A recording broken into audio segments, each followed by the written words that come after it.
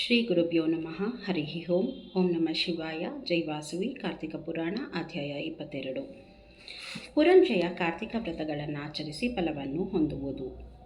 ವಸಿಷ್ಠ ಮಹರ್ಷಿಯು ಮತ್ತು ಜನಕ ಮಹಾರಾಜನು ಕುರಿತು, ಎಲೆ ರಾಜನೇ, ಆತ್ರಿ ಮಹರ್ಷಿಯು ಅಗಸ್ತ್ಯ ಮಹಾಮುನಿಗೆ ಹೇಳಿದ ಚಾತುರ್ಮಾಸ್ಯ ವ್ರತವನ್ನು ಪುರಂಜಯನು ಹೇಗೆ ಆಚರಿಸಿದನೆಂಬುದನ್ನು ಹೇಳುತ್ತೇನೆ, ಕೇಳು.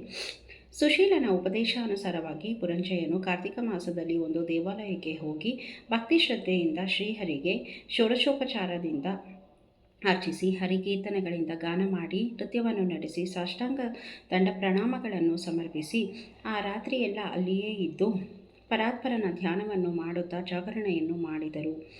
ಕರುಣಾಹೃದಯನಾದ ಸುರೇಶ್ವರನು ಆತನ ಭಕ್ತಿಗೆ ಮೆಚ್ಚಿ ಆ ಮರುದಿನ ಉದಯದಲ್ಲೇ ಪುರಂಜಯನ ಸ್ವಗೃಹಕ್ಕೆ ತೆರಳಿ ಸುಖಾಸೀನನಾಗಿರುವಾಗ ಶ್ರೀ ಮಹಾವಿಷ್ಣುವು ತುಳಸಿ ದಂಡೆಯನ್ನು ಎದೆಯ ತುಂಬ ಧರಿಸಿ ಶ್ರೀಹರಿ ಭಕ್ತನಾದ ಒಬ್ಬ ವಿಪ್ರನ ರೂಪದಿಂದ ಆತನ ಹತ್ತಿರಕ್ಕೆ ಬಂದು, ಎಲೆ ಪುರಂಜಯನೇ, ನೀನೀಗಲೇ ಸೈನ್ಯ ಸಮೇತನಾಗಿ ಶತ್ರುಗಳನ್ನು ಎದುರಿಸಿದರೆ ಜಯವು ಸಿದ್ಧ ಎಂದು ಹೇಳಿದನು.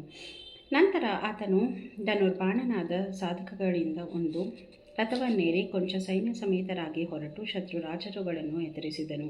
ಮತ್ತೆ ಪುರಂಜಯನಿಗೂ ಶತ್ರು ರಾಜರುಗಳಿಗೂ ಅವರವರು ಸೈನ್ಯಗಳಿಗೂ ಮಹತ್ವವಾದ ಹೋರಾಟವು ಜರುಗಿತು. ಎರಡೂ ಕಡೆಯೂ ಮಹಾಬಲವುಳ್ಳ ಆನೆಗಳು, ವಾಯುವೇಗ ಮನೋವೇಗಕ್ಕೆ ಸಮನಾದ ತ್ವರಿತಗತಿಯುಳ್ಳ ಕುದುರೆಗಳನ್ನು, ವಾಯುವೇಗದಿಂದ ಹೋಗುವ ರಥಗಳು, ಶೌರ್ಯ ಧೈರ್ಯ ಸಾಹಸಾದಿ ಗುಣಗಳನ್ನೊಪ್ಪುವ ಪದಾತಿ ಸೈನಿಕರು ಪರಸ್ಪರ ಜಯಾಕಾಂಕ್ಷೆಯಿಂದ ರಣರಂಗಕ್ಕಿಳಿದರು.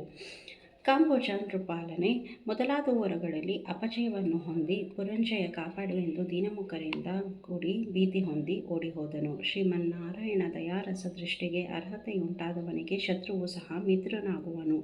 ಅಲ್ಲದೆ ವಿಷಭಕ್ಷಣೆಯನ್ನು ಮಾಡಿದರೂ ಅಮೃತ ತುಲ್ಯವಾಗುವುದು. ಅಧರ್ಮವನ್ನು ಆಚರಿಸಿದರೂ ಧರ್ಮವೆಂದು ಒಪ್ಪುವಂತಾಗುವುದು. ಭವದಾನುಗ್ರಹದ ರಹಿತನಿಗೆ ಮಿತ್ರರೇ ಶತ್ರುಗಳಾಗುವರು. ಧರ್ಮವೇ ಅಧರ್ಮವಾಗಿ ಬದಲಾಗುವುದು. ಕಾರ್ತಿಕ ಮಾಸದಲ್ಲಿ ಶ್ರೀಹರಿ ಪ್ರೀತಿಗಾಗಿ ಕಾರ್ತಿಕ ವ್ರತವನ್ನು ಆಚರಿಸಿ ಆತನನ್ನು ಭಕ್ತಿಯಿಂದ ಸೇವಿಸಿದರೆ ಎಲ್ಲ ವಿಧ ಕಷ್ಟಗಳು ಪರಿಹಾರವಾಗುವುದು, ಸುಖವುಂಟಾಗುವುದು. ಎಂಥ ಮನುಷ್ಯನಾಗಲಿ ಶ್ರೀಹರಿಯಲ್ಲಿ ಭಕ್ತಿ ಉಂಟಾಗುವುದು ಕಷ್ಟ. ಹಾಗೆ ಉಂಟಾದರೂ ಕಾರ್ತಿಕ ವ್ರತವನ್ನು ಆಚರಿಸುವುದು ಅದಕ್ಕಿಂತ ದುರ್ಲಭವು. ಬ್ರಹ್ಮ, ಕ್ಷತ್ರಿಯ, ವೈಶ್ಯ, ಶೂದ್ರ ಯಾವ ಜಾತಿಯವನಾದರೂ ಈ ಕಾರ್ತಿಕ ವ್ರತವನ್ನು ಆಚರಿಸಿದರೆ ಪವಿತ್ರವನ್ನಾಗುವನು.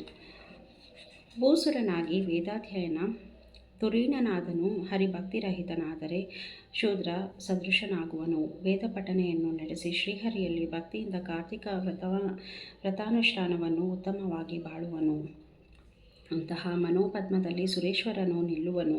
ಆದುದರಿಂದ ವಿಷ್ಣುವು ಭಕ್ತಿಯುಳ್ಳವನು ಸಂಸಾರ ಸಾಗರವನ್ನು ಸುಖವಾಗಿ ದಾಟಬಲ್ಲರು. ಅಂಥವರಿಗೆ ಕುಲ ಮತ ಭೇದಗಳ ವ್ಯತ್ಯಾಸವಿಲ್ಲ. ಯಾರೇ ಆಗಲಿ ವಿಷ್ಣು ಭಕ್ತಿಯ ಮಹಿಮೆಯನ್ನು ವರ್ಣಿಸಲಾರರು. ವೇದವ್ಯಾಸನು, ಅಂಬರೀಷನು, ಶುಕ ಮಹರ್ಷಿ, ಶೌನಕಾದಿ ಮಹಾಮುನಿಗಳು, ಕೆಲವರು ನರಪಾಲರು ಸಹ ಶ್ರೀಹರಿಯಲ್ಲಿ ಇದ್ದ ಭಕ್ತಿಯಿಂದಲೇ ಶಾಶ್ವತವಾದ ಮೋಕ್ಷವನ್ನು ಪಡೆದವರು. ಶ್ರೀ ಮಹಾವಿಷ್ಣುವಿನಲ್ಲಿ ಭಕ್ತಿಯುಳ್ಳವನು ತಾನು ಮಾಡಲು ಭಕ್ತಿಯಿಲ್ಲದವನಾದರೂ ತನ್ನ ದ್ರವ್ಯವನ್ನು ವ್ಯಯ ಮಾಡಿ ಇತರರಿಂದ ಭಜನಾದಿಗಳನ್ನು ಮಾಡಿಸಿದರೂ ಫಲವುಂಟು. ಭಕ್ತಿಯುಳ್ಳವರಲ್ಲಿ ಶ್ರೀಹರಿಗೆ ಅಪಾರವಾದ ಪ್ರೇಮ ಉಂಟು. ಅದರಿಂದ ಶ್ರೀಹರಿಯು ಭಕ್ತರು ಪರಸ್ಪರ ಪ್ರೀತಿಯುಳ್ಳವರಾಗಿರುವರು. ಇನ್ನು ಭಕ್ತ ಜನ್ಮೋದ್ಧಾರಕನಾದ ಶ್ರೀಮನ್ನಾರಾಯಣ ಇಹಲೋಕದಲ್ಲಿ ಆಯುರಾರೋಗ್ಯ ಐಶ್ವರ್ಯಗಳನ್ನು ದಯಪಾಲಿಸಿ ಮರಣಾಂತ್ಯದಲ್ಲಿ ಮೋಕ್ಷವು ದೊರಕುವಂತೆ ಮಾಡುವನು.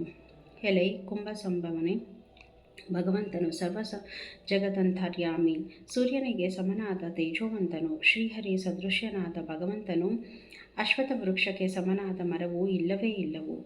ಕಾರ್ತಿಕ ವ್ರತ ಮಹಿಮೆಯು ಎಂತಹುದರೆಂದರೆ ವೇದಗಳಲ್ಲೂ ಶಾಸ್ತ್ರಗಳಲ್ಲೂ ಪುರಾಣಗಳಲ್ಲಿಯೂ ಇರುವಂತಹುದು.